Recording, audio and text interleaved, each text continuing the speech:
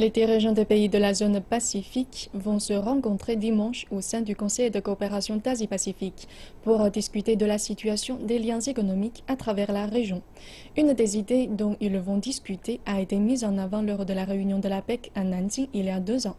Comment le commerce régional pourrait-il faciliter par un meilleur usage d'Internet? Allons rendre donc visite à un des projets sur lesquels les dirigeants de l'APEC se sont mis d'accord. Un port électronique, ou e-port, est un système destiné à localiser les biens qui sont déplacés à travers la frontière d'un pays. Le système permet aux marchands de déclarer leur cargaison aux douanes, ainsi que de payer des taxes sans avoir à passer par de longs délais administratifs. Au cours du processus, de nombreuses données sont collectées qui peuvent être aussi très utiles. La technologie de l'information a été largement utilisée dans les échanges internationaux.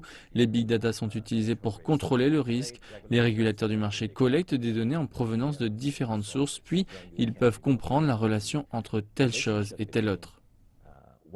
Le travail préliminaire sur de tels systèmes est en train d'être élargi pour que les cargaisons puissent être remontées jusqu'à leur port d'origine. Une application complète pourrait permettre d'économiser jusqu'à 15% des frais d'expédition d'après le réseau e-port Asie-Pacifique, une initiative approuvée par les dirigeants de l'APEC pour relier tous les e-ports de la région. Le projet implique actuellement 9 pays et régions, dont la Chine, l'Australie, le Canada et le Pérou. 3 projets pilotes sont aujourd'hui en cours et incluent à la fois du fret aérien et maritime. Ce lien pourrait être crucial pour soutenir le commerce alors que l'économie mondiale marche au ralenti.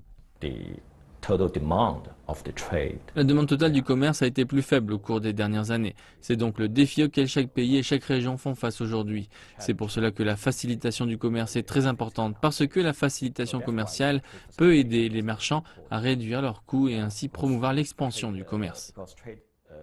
Mais le directeur du projet a également mentionné que si les nouvelles technologies peuvent effectivement faciliter le commerce, les accords internationaux et le soutien gouvernemental restent malgré tout indispensables. D'après l'Organisation mondiale du commerce, le commerce international a ralenti depuis la crise financière de 2008. L'OMC prévoit que la croissance internationale du commerce va rester sous les 3% en 2016, comparée à une croissance moyenne de 7% entre 1990 et 2008.